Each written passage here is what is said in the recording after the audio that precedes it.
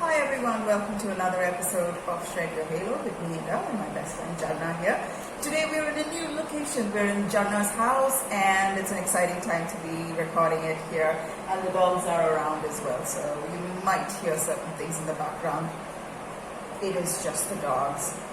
We are okay. Alright, so today we've decided on a topic about labels. Adjectives that we use to describe ourselves were used on us that we have decided to adopt and live by. And as a result, what has it done for our life? It's a very subtle thing that determines our core belief and the path our life takes, and therefore it's a very interesting topic. So let's start off with the first question, Jharna. What are some of the labels that you have accepted about yourself? I think one of the labels that I have accepted is I'm a very serious person. And I suppose I am. So I don't mind it so much, but I think I fought that for a very long time. But there are certain other labels that I'm trying to understand about myself. Things like, oh, you are lazy, you are fat, you are only good if we tell you that you're good at something. So these are things that to a large extent I have believed them and hasn't been very helpful. And there's a part of me that's also trying to fight these labels at the same time. But because it was assigned to me by other people, I feel a little guilty when I try to fight these labels. It's scary, isn't it? It's very scary. Yeah. I try to, because if I accept or reject, in this case I want to reject a lot of the labels, I feel like I'm betraying the person who labeled me, Which in most cases that is what happens. is our parents, right? Yeah. Usually who've given us the labels Parents, that we believe. family. Yeah. You grow up believing a lot of things about yourself, and you feel like you're almost betraying them for rejecting the labels. So there's a lot of guilt associated with me wanting to stop believing the things that people have called me. But also there's a part of me that feels hopeful that I will be able to at some point reject the labels and feel like my own person. It's very scary. I feel very isolated and alone when I feel that way, but I think it's an experience everybody goes through. And a lot of these labels are also related to how I feel in general about feeling very shameful, feeling very guilty, feeling like I need to hide certain things about myself. So it's been quite a battle. So this is something I still struggle with quite a bit. So I think these are some of the things that I'm serious and grumpy. I think that's the one thing that I've heard a lot. So that's been something. Some of the adjectives that have stuck, and I remember the negative ones more than the positive, obviously, because human beings are built to survive, and if we record the negative, hurtful ones better, then our chances of surviving are greater. So we're designed like that. We're not pessimistic because we happen to believe the worst about us. We rather believe the worst about us so that we're prepared for the worst case scenario, right? So when I got called a failure and when failure type things happened to me, it was very easy for me to believe that I was a failure because deep down inside I resonated with that word. When somebody called me a failure, it hurt me so much, because deep down inside I knew I was a failure, because that's why that word hurt. And already I've been trying so hard to run away from that label, and there was somebody standing there with a huge sign saying, "You're a failure." And as a result, I lived with huge imposter syndrome. And failure not just in academics, failure in life, failure as a person, failure as a daughter, failure as a sister, failure as a friend, failure in my job, failure in my extracurricular activities. This is how I saw myself, like a big failure. So the easiest thing would be to crush underneath the pressure that I felt from every side. But I also had this great will to live. Even now I question myself whether the will to live is often itself something that I had, or was it in response to the world telling me I'm a failure, and the fact that I believed I was a failure too. So that's a question: what came first, the chicken or the egg? So I don't know. So I have a great will to live and an incredible desire to better myself. And did that come because I thought I was a failure and failure had such a huge implication to me, or is that something I've always had, and this is nature's way of challenging my will to live by throwing a belief system that is a diametrical opposite of it, and challenging me to rise to the occasion? Maybe I'll know down the line, but right now I don't have the answer to that question. But what the defining word, the defining adjective in my life was failure. Failing in doing my duties as a woman, as a daughter, as a person, as a citizen, in everything, like falling below the standard.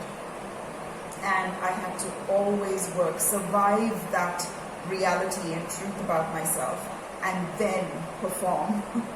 It was just exhausting living within myself to prove myself wrong more than anything else. This is the danger of believing in labels, don't you think? Yeah, absolutely. Because once the label is there, you either want to prove them right or you want to prove them wrong. Yeah. Either way, you are rebelling against something that was given to you by somebody else, whether you wanted it or not.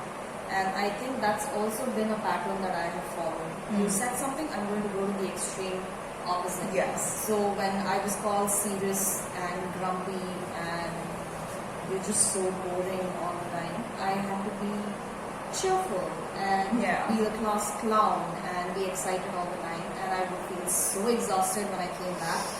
I just needed my own time and space to decompress from what I had to pretend to be just because someone called me that. Yes. So that was too much. It was too much work. So I think breaking away from that helps a lot, but it's a work in its own right. Now, it's interesting, the topic that you've brought up. What are the positive labels that imprisoned you? Be positive. Yeah. because the world can fall apart and it can just crumble, it can be however, but you are supposed to just fight. Oh, this reminds me on Supernatural, how they keep talking about we keep fighting on, and I keep thinking that is just so destructive. I get it, like for a series it's fine, but it cannot apply to your life. Okay, you just outed yourself to the world as somebody that voluntarily watches Supernatural. Yes, Jensen Ackles is very handsome. But yeah, these things don't work if you are trying to do this on a regular basis, because being cheerful all the time is again stress on your nervous system, and there's only so much that your body can take. And there will come a time when you feel like you are just crashing and you cannot do anything to stop that. You could end up with nervous breakdowns. And being cheerful all the time is just, I don't know how people do it. Yeah, extremely. Yeah. I don't know how people do it. If you're getting paid for it because you're an actor, I understand. But otherwise, there's no situation that warrants crazy happiness all the time. That's just insane. I mean, what is that? So be positive was something that, this one. Smile. It's okay if you don't feel it. You'll start feeling it after some time. Fake it till you make it, huh? And I realized just a few years ago, if I fake it, I'm just going to break it. Like, I'm not going to make it at all. Because it's how do you fake something? I mean, I guess you become good at it as an actor. Again, if you're getting paid for it, it's worth it. Otherwise, really not worth the effort all the time, because I feel like if you are trying too hard to uphold a positive label about you when you don't actually feel it, it's extremely abusive to yourself, and you're giving your power away, and that's just not okay. That's not okay. It's tiring. One of the positive labels that I've had the most phenomenally hard time breaking is that I'm a family-oriented person, which, as it turns out, I'm not. That's why it's so funny. I know, right? I come from really, like, every family is bizarre. So my family is just as bizarre as everybody else's family is.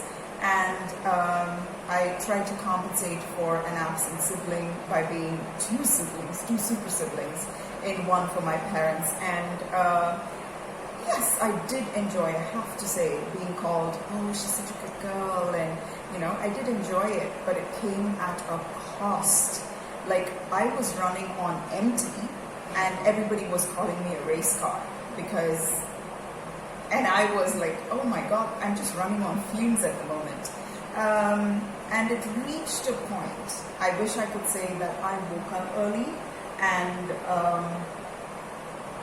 just of my own volition stopped being a people pleaser, but that didn't happen. The truth of the matter was I just completely ran out of fuel. See, that is the take-home point from this.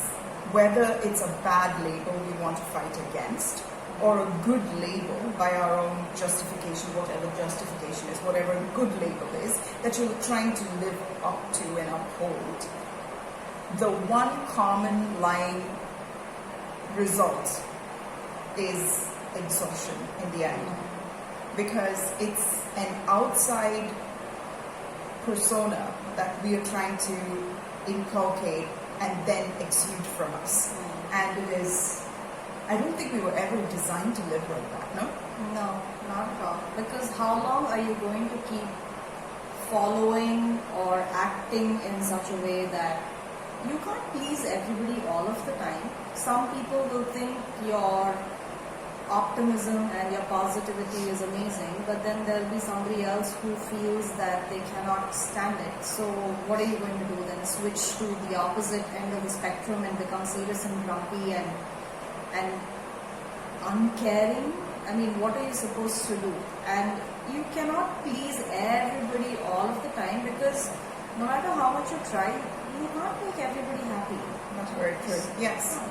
So no.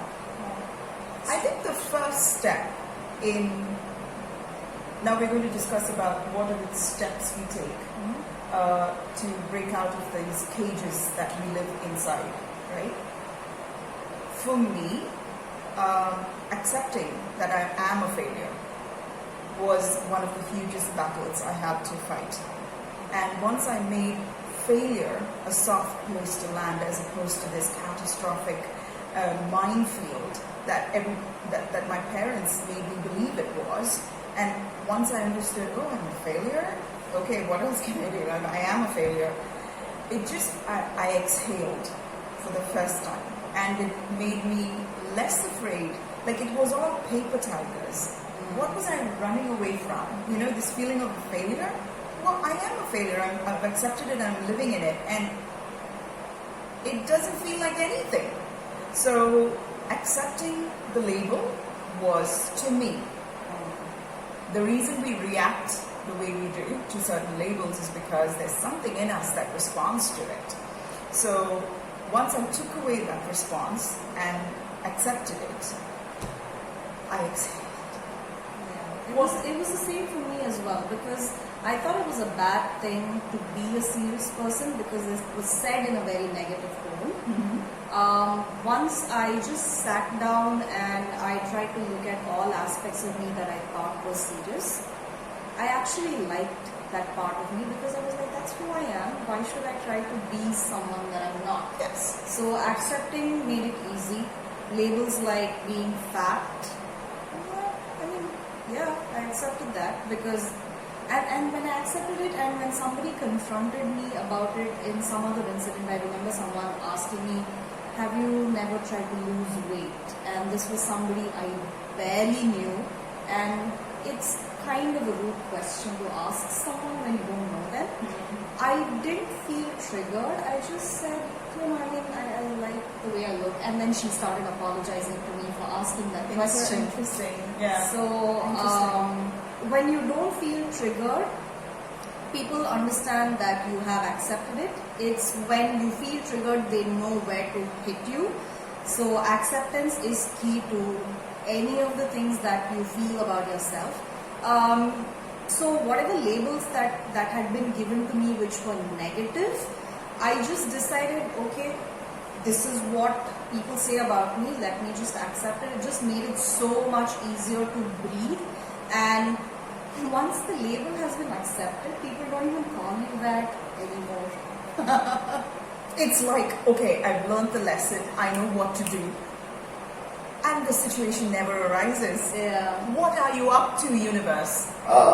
Anyway, I guess it's all about learning the lesson and the journey, right? So that's what makes the journey worthwhile.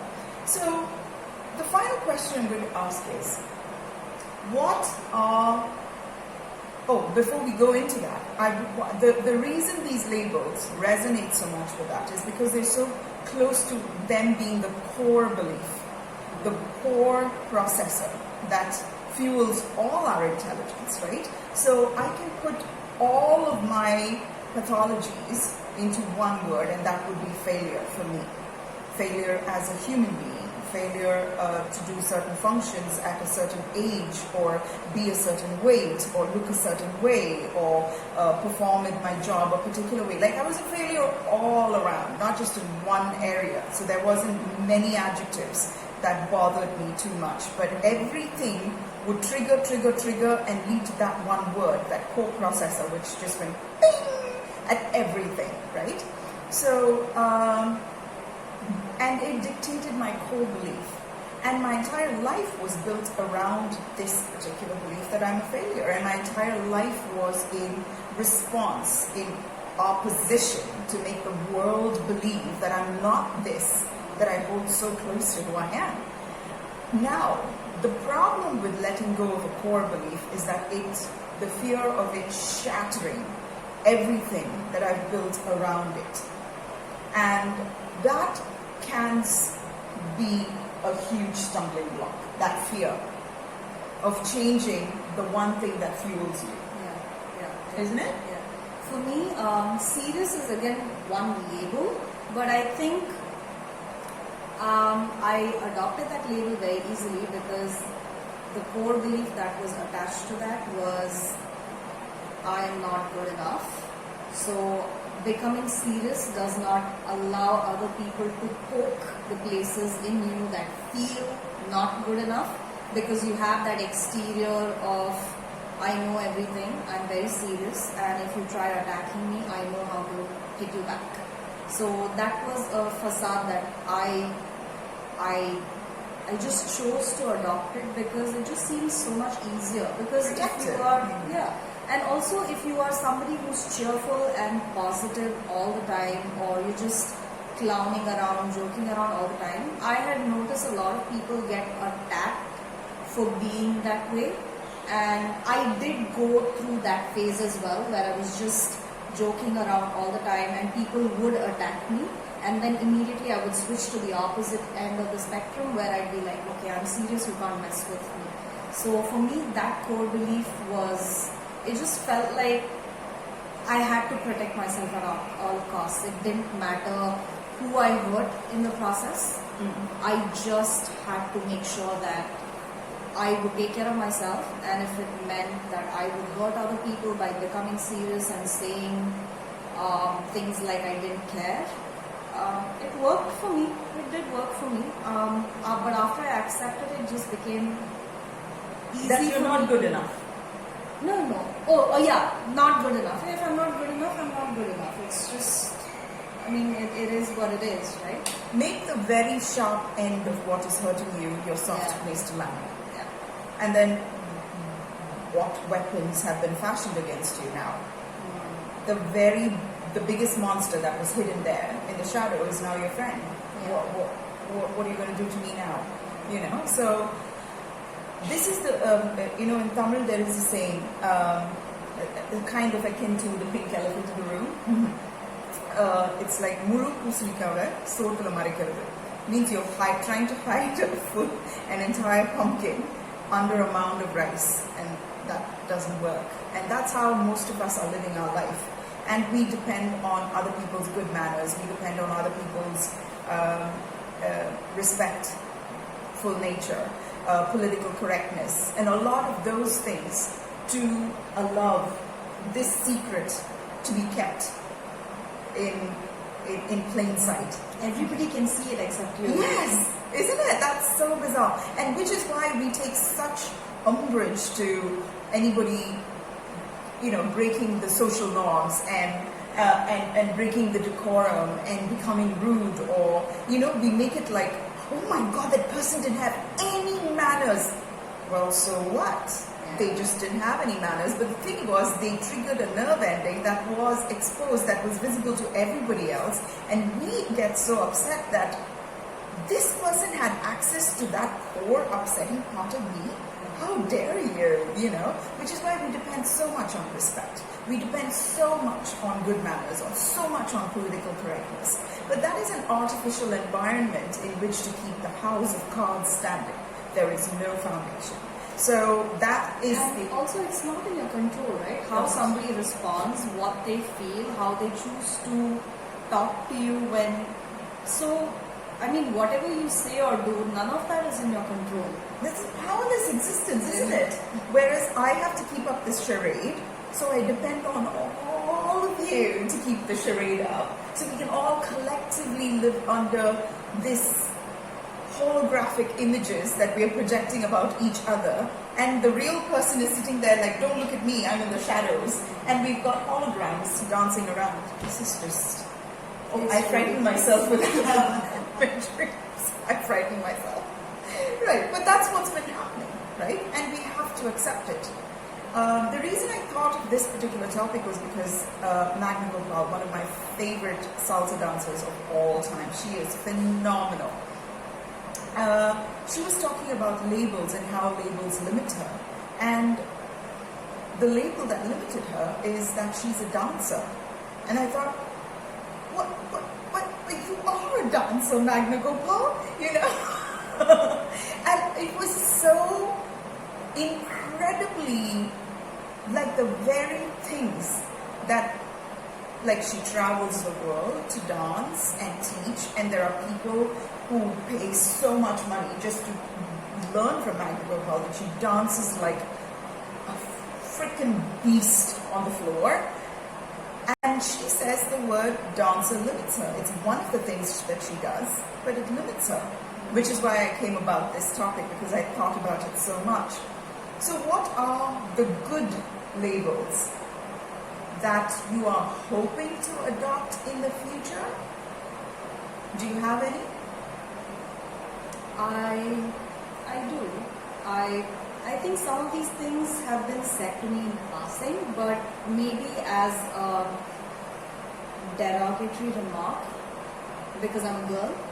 So that's another thing, right? Mm-hmm. Being a woman, the label of being a woman in itself can be limiting to a lot of people, and it can be, anything can be said as an insult. Literally anything can be said as an insult. So for me, I have been called strong and determined, but in a very twisted, like a dark shadow kind of a way. Interesting. But I would like to be called strong and determined, because I am, but not looked at it like it was a weakness or something that would hold me back. You can't be a strong woman, you can't be a determined woman. So I don't want that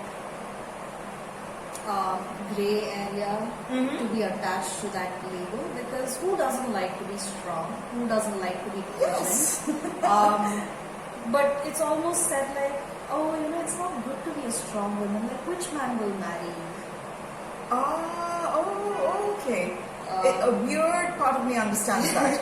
Like, yes, I Yeah. get it. Okay. So it makes no Intimidating. sense. Yes. Is that what? Oh, okay. that's something I've been told that Ah. I am a lot, because your face is very intimidating. Smile more. You have a serious face. That's my face. What do you want me to do?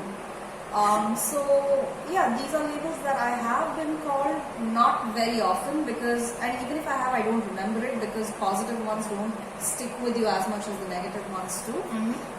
But yes, I would like to be strong. I would like to be a determined, ambitious woman, and be okay with that, and not feel like I have to apologize every time I do well at anything. Yeah. Feel like I have to protect other people's feelings because they are not comfortable with me being that way.